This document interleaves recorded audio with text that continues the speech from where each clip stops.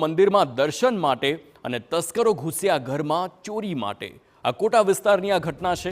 રાધાકૃષ્ણ સોસાયટીને તસ્કરોએ નિશાન બનાવી પરિવાર ઘરને તાળું મારીને રાજપરા ખાતે આવેલ મંદિરમાં દર્શન માટે ગયો હતો અને તસ્કરોએ ઘરમાં ઘૂસીને તિજોરીમાં મૂકેલા સોના અને ચાંદીના દાગીના, રોકડ રકમ મળીને 17,30,000ની મત્તાની ચોરી કરી અને ફરાર થઈ ગયા।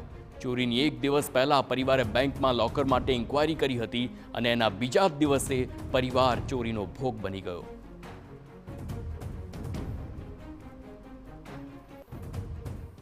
વડોદરા શહેરમાં ચોરનો આતંક દિવસે ને દિવસે વધી રહ્યો છે। તેવામાં અકોટા વિસ્તારમાં આવેલી રાધાકૃષ્ણ સોસાયટીમાં પણ ચોરોએ દસ્તક દીધી છે અને ઘરમાંથી 17 લાખથી વધુની મત્તાના જે સોના ચાંદીના દાગીના અને રોકડ રકમની ચોરી કરી અને ચોર ભાગી ગયા છે।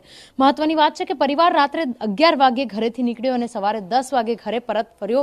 એટલા જ કલાકોની અંદર ઘરમાં તિજોરી તોડી અને તેમાં ચોરીની ઘટના બની છે। મહત્વની વાત છે કે જે રીતે કામગીરી કરવામાં આવી રહી હતી, પોલીસ દ્વારા સતત પેટ્રોલિંગ કરવામાં આવી રહ્યું છે। બીજી તરફ જે પ્રકારની પરિસ્થિતિ વડોદરા શહેરમાં દિવસે ને દિવસે ચોરીની ઘટનાઓ વધી રહી છે, આ એ જ તિજોરી છે કે જેને તોડીને જે ચોરો છે તે ચોરી કરીને જતા રહ્યા છે। પોલીસ માટે સૌથી મહત્વની વાત એ છે કે તેઓનું જે મહત્વનું જે પાસું છે, જે જગ્યા પરથી તિજોરી તોડવામાં આવી છે, આની અંદર રોકડ રકમ, સોના ચાંદીના દાગીના, તેની સાથે સાથે જ અમેરિકન ડોલર અને આ સિવાય અન્ય રોકડ રકમ જે હતી તે તમામ મળીને કુલ 18 લાખથી વધુની કિંમતની જે મુદ્દામાલ છે તે ચોરીને ચોર જતા રહ્યા છે।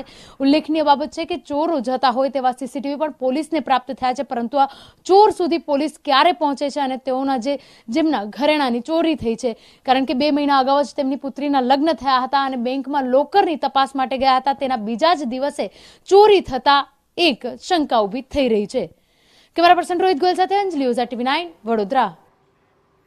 સુરતના હીરા